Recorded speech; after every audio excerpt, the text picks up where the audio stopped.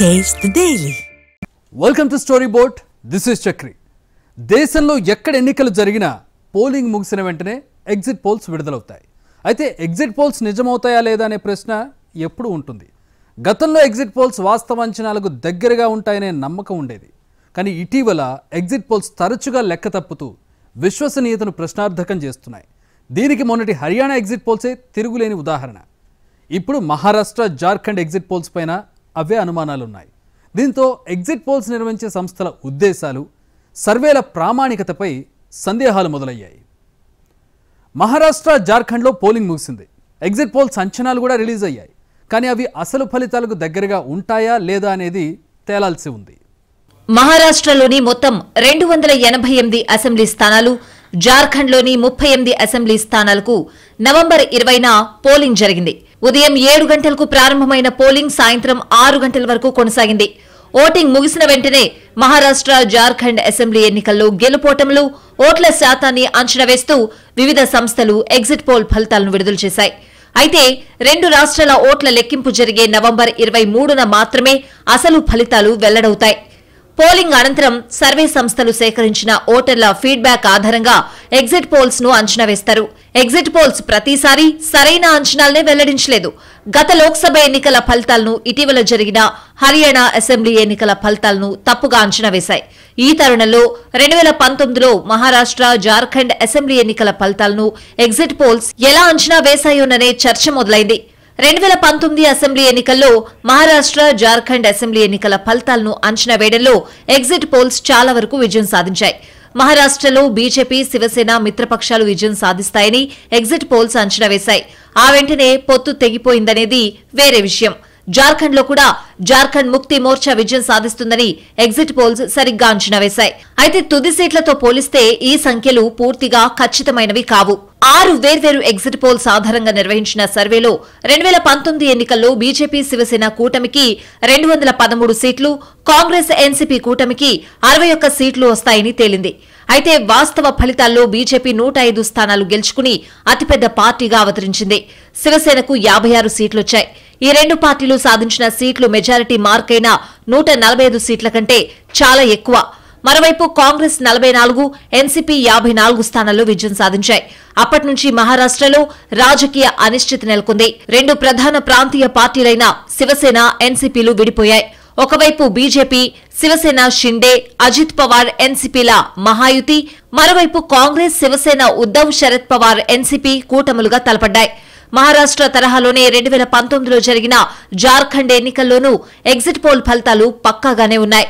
మొత్తం 81 స్థానాలున్న జార్ఖండ్ అసెంబ్లీలో Congress, JMM, RJD కూటమికి 41 సీట్లు, బీజేపీకి 29 సీట్లు వస్తాయని 3 ఎగ్జిట్ పోల్స్ అంచనా వేశాయి. తుది ఫలితాలు వచ్చేసరికి జేఎంఎం 30 సీట్లతో అతిపెద్ద పార్టీగా అవతరించింది. Congress 16, Jharkhand Vikas Morcha 3, all Jharkhand students union 2 సీట్లు గెలుచుకున్నాయి. కాంగ్రెస్, ఆర్జేడీ మద్దతుతో జేఎంఎం ప్రభుత్వాన్ని ఏర్పాటు చేసింది. 2024 అసెంబ్లీ ఎన్నికల్లో హేమంత్ సోరెన్ నేతృత్వంలోని జేఎంఎం 81 సీట్లకు గాను 43 స్థానాల్లో పోటీ చేసింది. కాంగ్రెస్ 30 స్థానాల్లో అభ్యర్థులను నిలబెట్టింది. ఇప్పుడు మహారాష్ట్ర, హర్యానాలో వెలువడిన ఎగ్జిట్ పోల్స్ చూస్తే అయితే బీజేపీకి లేదంటే పోటాపోటీ అన్నట్టుగా ఇచ్చాయి. హర్యానా అనుభవంతో కాంగ్రెస్ పేరు చెప్పడానికి భయపడ్డారని చర్చ జరుగుతోంది. అటు కాంగ్రెస్ కూడా ఎగ్జిట్ పోల్స్ డిబేట్లను బహిష్కరిస్తూ నిర్ణయం తీసుకుంది. అన్ని దశల పోలింగ్ పూర్తయిన తర్వాత డిబేట్లను బహిష్కరిస్తూ నిర్ణయం తీసుకుంది. అన్ని దశల పోలింగ్ పూర్తయిన తర్వాత వెలువరించేవే ఎగ్జిట్ పోల్స్. ఎన్నికలు జరిగిన రోజే ఓటర్ల నుంచి సమాచారాన్ని సేకరిస్తారు. పోలింగ్ బూత్ లో ఓటు వేసిన తర్వాత ఓటర్లిచ్చే సమాధానాలను బట్టి ఏ పార్టీకి ఎక్కువ మంది ఓటేశారు అనే వివరాలను నమోదు చేస్తారు. ఆ సమాచారం ఆధారంగా పార్టీల ఓటింగ్ శాతం, గెలిచే సీట్ల సంఖ్య, అభ్యర్థులను అంచనా వేసి చివరి విడత ఎన్నికలు ముగిసిన వెంటనే ఎగ్జిట్ పోల్స్ ను ప్రకటిస్తారు. ఒపీనియన్ పోల్ సర్వేలతో పోలిస్తే ఎగ్జిట్ పోల్స్ తుది ఫలితాలకు కాస్త దగ్గరగా ఉంటాయని భావిస్తారు. కానీ ఇటీవల ఈ అభిప్రాయం కూడా తప్పేనని తేలిపోతోంది. ఎన్నికల ఫలితాలను అంచనా వేసేందుకు ఓటర్లు ఓటు వేసిన వెంటనే వారిని ఇంటర్వ్యూ చేస్తారు. ఆ ఓటర్ ఇచ్చే సమాచారం ఆధారంగా ఏ పార్టీకి ఎన్ని సీట్లు వస్తాయి అనేది అంచనా వేస్తారు.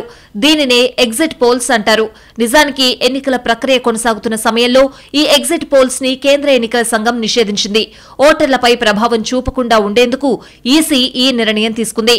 అయితే ఓటింగ్ ప్రక్రియ ముగిసిన 30 నిమిషాల తర్వాత ఎగ్జిట్ పోల్స్ ని రిలీజ్ చేయొచ్చు. అంతేకాదు డిబేట్స్, విశ్లేషణలు కూడా నిర్వహించుకోవచ్చు. వివిధ ఏజెన్సీలు శాంపిల్ మెథడ్స్, స్టాటికల్ ఎనాలిసిస్ లను కలిపి ఎగ్జిట్ పోల్స్ ని లెక్కిస్తారు. తొలుత ఈ ఏజెన్సీలు ఏరియాల వారీగా ఓటర్ల సమూహాన్ని ఎంపిక చేసుకుంటాయి. ఒక్కో ఓటర్ని ఎవరికి ఓటు వేశారు, ఎక్కడ నివసిస్తారు వంటి ప్రాథమిక ప్రశ్నలు అడుగుతారు. వారిచ్చే సమాధానాలను రికార్డ్ చేసుకుంటారు. నిపుణులు ఈ డేటాని పరిశీలించి ఎన్నికల ఫలితాల గురించి అంచనా వేసేందుకు విశ్లేషిస్తారు. ఫైనల్ గా ఈ అంచనాలను ప్రజల ముందుంచుతారు. అయితే రోజులు గడిచే కొద్దీ ఎగ్జిట్ పోల్స్ లో శాస్త్రీయత ప్రశ్నార్థకంగా మారుతోంది. ఈ విషయాన్ని వరుసగా లెక్క తప్పుతున్న ఎగ్జిట్ పోల్స్ నిజమేనని నిరూపిస్తున్నాయి.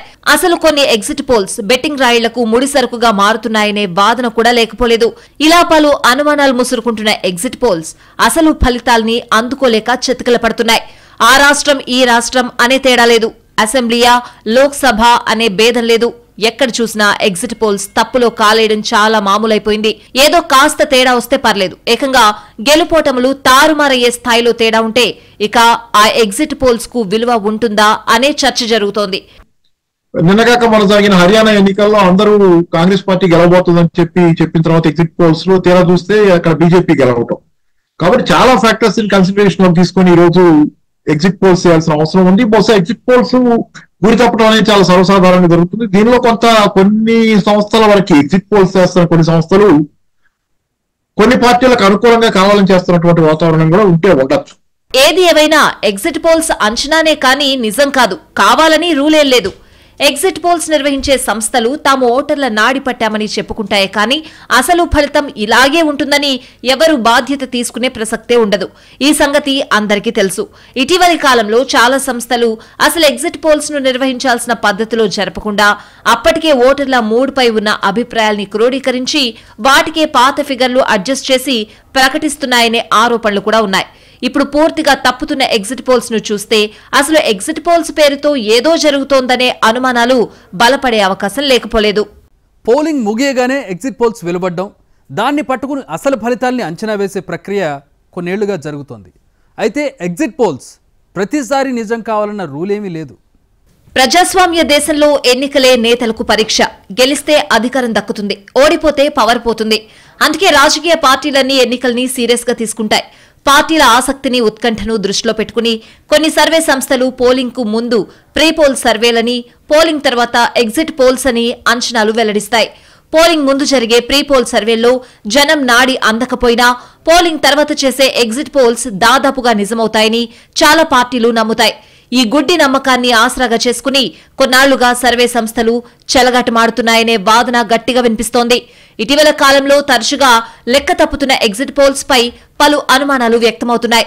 దీంతో వీటి శాస్త్రీయతపై పలు ప్రశ్నలొచ్చాయి. హర్యానాలో ఎగ్జిట్ పోల్స్ అన్ని కాంగ్రెస్ గెలుస్తుందని చెప్తే చివరికి బీజేపీ విజయం సాధించింది.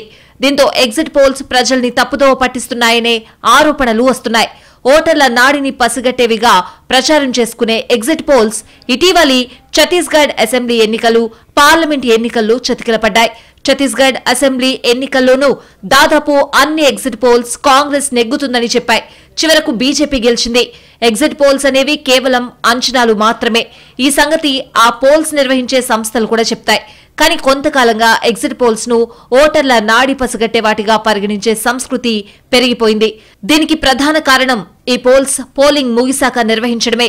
పోలింగ్ బూతుల్లోంచి బయటకొచ్చే ఓటర్ల నాడి పట్టడం సులభమని పార్టీలు భావిస్తున్నాయి. కానీ కొన్నాళ్లుగా ఓటర్ల నాడి ఎగ్జిట్ పోల్స్ కు కూడా అందడం లేదు. తమకు నచ్చిన వారికి ఓటేస్తున్న ఓటర్లు ఎగ్జిట్ పోల్స్ సమయంలో మాత్రం రకరకాలుగా అభిప్రాయాలు చెప్తున్నారు. ఈ అభిప్రాయాల్ని క్రోడీకరిస్తున్న సర్వే సంస్థలు వాటినే వెల్లడించి అభాస్పాలవుతున్నాయి. సర్వే సంస్థల్లోనూ రాజకీయ పక్షపాతం పెరగడం, డబ్బుల కోసం చేసేవారు పెరగడంతో ఓటర్లు కూడా కర్రు కాల్చి వాత పెడుతున్నారు. ఈ మధ్య గుంభనంగా ఉండే ఓటర్ల సంఖ్య పెరిగింది. బయటకు అభిప్రాయం చెప్పే ఓటర్లు కూడా ఇదమిత్తంగా ఏది తేల్చకుండా సర్వేయర్లనే కన్ఫ్యూజ్ చేస్తున్నారు. దీంతో ఎగ్జిట్ పోల్స్ నామ్కే వాస్తే అన్నట్లుగా మారాయి. పోలింగ్ ముందు ప్రీ పోల్ సర్వేలంటే ఏదో అనుకోవచ్చు, కానీ అసలు ఫలితాలు వచ్చే 48 గంటల ముందు మళ్లీ సర్వేలేంటని ఆలోచించే ఓటర్ల సంఖ్య కూడా పెరిగింది. దీంతో చాలా మంది ఓటర్లు అభిప్రాయమే చెప్పడం లేదనే వాదనుంది. ఇక అభిప్రాయం చెప్పే కొద్ది మంది ఓటర్లలో పార్టీల సానుభూతి పరులు, కులం, మతం, వర్గాల ఆధారంగా ఓటేసేవారు, మహిళలు, పురుషులు, యువత, వృద్ధులు, తొలిసారి ఓటేసేవారు, ఉద్యోగులు ఇలా అన్ని వర్గాల్ని బేరీజు వేసే ఓపిక సర్వే సంస్థలకు ఉండడం లేదు. పైగా ప్రీపోల్ సర్వేలతో పోలిస్తే ఎగ్జిట్ పోల్స్ నిర్వహించే సమయం కూడా తక్కువగా ఉంటుంది. దీంతో ఏదో ఒక అంచనా తోసేయాలనే హడావిడి కూడా ఎక్కువవుతున్న పరిస్థితి ఉంది. ఈ పరిస్థితులన్నీ కలిసి ఎగ్జిట్ పోల్స్ విశ్వసనీయతను దెబ్బతీశాయి. దేశంలో తొలిసారి 1957 ఎన్నికల్లో ఈ ఎగ్జిట్ పోల్స్ మొదలయ్యాయి. దేశవ్యాప్తంగా 20,000 నుంచి 30,000 మంది ఓటర్లను శాంపిల్ గా తీసుకుని సర్వే చేసేవారని చెప్తారు. దేశంలో నిర్వహించిన రెండో సార్వత్రిక ఎన్నికల సందర్భంగా Indian institute of public opinion post poll సర్వేను నిర్వహించింది. ఇక 1996లో దేశవ్యాప్తంగా ఎగ్జిట్ పోల్ నిర్వహించేందుకు దూరదర్శన్ CSDS ను నియమించింది. ఆ తర్వాత పలు సంస్థలు ఎగ్జిట్ పోల్స్ వెల్లడించడం ప్రారంభించాయి. ఇందులో కొన్ని సంస్థలు మీడియాతో జతకట్టి ఎగ్జిట్ పోల్స్ వెలువరిస్తున్నాయి. ప్రజా ప్రాతినిధ్య చట్టాన్ని అనుసరించి చివరి విడత పోలింగ్ ముగిసేంత వరకు ఎగ్జిట్ పోల్స్ ను ప్రసారం చేయకూడదు. కొంతకాలంగా సర్వే సంస్థల అంచనాలన్నీ మిస్ఫైర్ అవుతున్నాయి. ఒక్క సర్వే సంస్థ అంచనాలు కూడా ఫలితాల్లో ప్రతిబింబించడం లేదు. ఎగ్జిట్ పోల్స్ ప్రక్రియలో పలు సంస్థలు విభిన్న పద్ధతులు అనుసరిస్తాయి. సహజంగా ఓటర్ల వయసు, జెండర్, కులం, మతం, ప్రాంతాలకు అనుగుణంగా సర్వే నిర్వహిస్తారు. ఎగ్జిట్ పోల్స్ పోలింగ్ రోజే చేపడతారు. ఓటింగ్ లో పాల్గొన్న వారినే నిర్వాహకులు ప్రశ్నిస్తారు. ఏ సమయంలో ప్రశ్నించారు, ఎలా ప్రశ్నించారు, ప్రశ్నించేటప్పుడు ఓటరు ఒంటరిగా ఉన్నారా, సమూహంలో ఉన్నారా లాంటి అంశాలు ఇందులో చాలా కీలకం. ఎగ్జిట్ పోల్ అంచనాలు కూడా వాతావరణ శాఖ అంచనాల మాదిరిగానే ఉంటాయనే అభిప్రాయాలు లేకపోలేదు. ఇవి కొన్నిసార్లు చాలా ఖచ్చితంగా, కొన్నిసార్లు దగ్గరగా ఉంటాయి. కొన్నిసార్లు ఎగ్జిట్ పోల్స్ కు విరుద్ధమైన ఫలితాలు కూడా రావచ్చు. 2004లో ఎగ్జిట్ పోల్స్ కేంద్రంలో అటల్ బిహారీ వాజ్పేయి ప్రభుత్వం అధికారంలోకి వస్తుందని చెప్పగా అందుకు విరుద్ధంగా ఫలితం వచ్చింది. ఇద్దరు ప్రధాన పోటీదారుల మధ్య ఓటింగ్ శాతంలో తేడా స్వల్పంగా ఉన్నప్పుడు సీట్ల సంఖ్యను అంచనా వేయడం సంక్లిష్టంగా మారుతుంది. దేశంలో ఎగ్జిట్ పోల్స్ కు సంబంధించి ఈసీ కొన్ని నిబంధనలను పొందుపరిచింది. ఎన్నికలను ఏ విధంగానూ ప్రభావితం చేయకూడదు అనేది ఈ నిబంధనల ఉద్దేశం. ఈసీ ఎప్పటికప్పుడు ఎగ్జిట్ పోల్స్ కు సంబంధించి మార్గదర్శకాలను జారీ చేస్తుంది. ఓటింగ్ జరిగేటప్పుడు ఎగ్జిట్ పోల్స్ ను విడుదల చేయకూడదు అనేది ప్రాథమిక నియమం. ఎన్నికల ప్రక్రియ మొదలై ఆఖరి దశ పోలింగ్ ముగిసిన అరగంట వరకు ఎగ్జిట్ పోల్స్ విడుదల చేయకూడదు. అంతేకాకుండా ఈసీ అనుమతి పొందిన తర్వాతే సర్వే ఏజెన్సీలు ఎగ్జిట్ పోల్ ఫలితాలను విడుదల చేయాలి. దేశంలో తొలినాళ్లలో 1-2 ఎగ్జిట్ పోల్స్ రాగా ప్రస్తుతం డజన్ల కొద్దీ ఎగ్జిట్ పోల్స్ వెలువడుతున్నాయి. భారత్ కంటే ముందు చాలా దేశాల్లో ఎగ్జిట్ పోల్స్ సాంప్రదాయం ఉంది. అమెరికా, దక్షిణ అమెరికా, యూరప్, దక్షిణ ఆసియా, ఆగ్నేయాసియాతో సహా ప్రపంచంలోని అనేక దేశాల్లో ఎగ్జిట్ పోల్స్ నిర్వహిస్తారు. అమెరికాలో మొదటి ఎగ్జిట్ పోల్ 1936లో నిర్వహించారు. ఏవైనా ఎన్నికలు జరిగిన తర్వాత అసలు ఫలితాలు వెల్లడించడానికి ముందు కొన్ని మీడియా సంస్థలు, ఇతర సంస్థలు ఎగ్జిట్ పోల్స్ను విడుదల చేస్తూ ఉంటాయి. ఈ ఎగ్జిట్ పోల్స్ను అన్ని విడతల ఎన్నికలు పూర్తయిన తర్వాత విడుదల చేసేందుకు కేంద్ర ఎన్నికల సంఘం అనుమతిస్తుంది. అయితే ఎగ్జిట్ పోల్స్కు నిర్వహణ సంస్థలు బాధ్యత వహించకపోవడంతో జవాబుదారీతనం లేకుండా పోయింది. ప్రజా ప్రాతినిధ్య చట్టం 1951లోని సెక్షన్ 126A ప్రకారం ఈసీ చెప్పినప్పుడే విడుదల చేయాలని ఎగ్జిట్ పోల్స్ కు నిబంధన ఉంటుంది. ఆలోపు ఏ వ్యక్తి గాని, సంస్థలు గాని ఎగ్జిట్ పోల్స్ ను print, electronic media, social media సహా ఎలాంటి మాధ్యమాల ద్వారా విడుదల చేయకూడదని స్పష్టమైన ఆదేశాలుంటాయి. ఒకవేళ ఈసీ ఇచ్చిన గడువు కంటే ముందే ఎగ్జిట్ పోల్స్ విడుదల చేస్తే అందుకు ప్రజా ప్రాతినిధ్య చట్టం ప్రకారం జరిమానాలు లేదా 2 ఏళ్ల జైలు శిక్ష లేదా 2 విధించే అవకాశాలు ఉంటాయి. సాధారణంగా పోలింగ్ పూర్తయిన అరగంట తర్వాత వివిధ సంస్థలు ఎగ్జిట్ పోల్స్ విడుదల చేయడం ప్రారంభిస్తూ ఉంటాయి. ఆ ఎన్నికల్లో ఏ పార్టీ ఎన్ని సీట్లు గెలుస్తుంది అనేది అంచనా వేస్తాయి. ఏ పార్టీకి ఆధిక్యం లభిస్తుంది, ఏ పార్టీ అధికారంలోకి వస్తుంది వంటివి పేర్కొంటాయి. కొన్ని నియోజకవర్గాల్లో ఏ అభ్యర్థి గెలుస్తారు, ఎంత ఆధిక్యంతో విజయం సాధిస్తారు అనే విషయాలను కూడా వెల్లడిస్తారు. అసలు ఫలితాలు వెల్లడించేందుకు కొన్ని రోజుల ముందు ఈ ఎగ్జిట్ పోల్స్ విడుదలవుతాయి. పోలింగ్ పూర్తయిన తర్వాత సర్వే ఏజెన్సీలు ఓటర్ల నుంచి సేకరించిన ఫీడ్బ్యాక్ ఆధారంగా ఈ ఎగ్జిట్ పోల్స్ అంచనాలుంటాయి.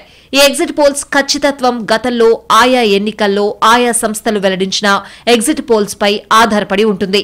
2019 లోక్సభ ఎన్నికల్లో పలు సంస్థలు ఎన్డీఏ కూటమికి 285 స్థానాలు వస్తాయని అంచనా వేశాయి. కానీ బీజేపీ నేతృత్వంలోని ఎన్డీఏ కూటమి ఘన విజయం సాధించి ఏకంగా 353 స్థానాల్లో జయకేతనం ఎగురవేసింది.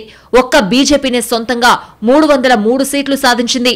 కాంగ్రెస్ పార్టీ కేవలం 52 స్థానాలకు మాత్రమే పరిమితం కాగా కాంగ్రెస్ నేతృత్వంలోని యూపీఏ కూటమి 91 సీట్లు మాత్రమే గెలుచుకుంది. ఇక 2014లో ఎన్డీఏ కూటమికి 257 నుంచి 340 సీట్లొస్తాయని అంచనా వేయగా 336 స్థానాలు సాధించింది. ప్రజలు కూడా చాలా తెలివిగా వ్యవహరిస్తున్నారు. సర్వే సంస్థలను బట్టి తమ మనసులో మాటను బయటకు చెప్తున్నారు. పోలింగ్ సమయానికి తాము ఏం చేయాలో అదే చేస్తున్నారు. సర్వే సంస్థల గురించి ముందుగానే అంచనా వేసుకుని వారికి అనుకూలంగా చెప్తున్నారు. మంచి పథకాలు ప్రవేశపెట్టారని, ప్రభుత్వం బాగా చేస్తోందని పైకి చెప్తున్నారు. లోపల మాత్రం ఇంకోటి చేస్తున్నారు. 2014 పార్లమెంట్ ఎన్నికల నుంచి ఇటీవల వెల్లడైన జమ్మూ కశ్మీర్, హర్యానా ఎన్నికల ఫలితాల వరకు ఇదే జరిగింది. కొన్ని సర్వే సంస్థలు ప్రభుత్వాలకు అనుకూలంగా వ్యవహరిస్తూ ఉండడంతో ప్రజలు కూడా వారికి ఫేవర్ గా చెప్తున్నారు. పోలింగ్ బూత్ లో మాత్రం తాము ఎవరికి ఓటు వేయాలో ఖచ్చితంగా వారికే వేస్తున్నారు. దీంతో సర్వే సంస్థల అంచనాలన్నీ ఫెయిల్ అవుతున్నాయి. చివరకు ఓటు వేశాక నిర్వహించే ఎగ్జిట్ పోల్స్ లో కూడా ఓటర్ పల్స్ అందుకే అందడం లేదనే అభిప్రాయాలున్నాయి.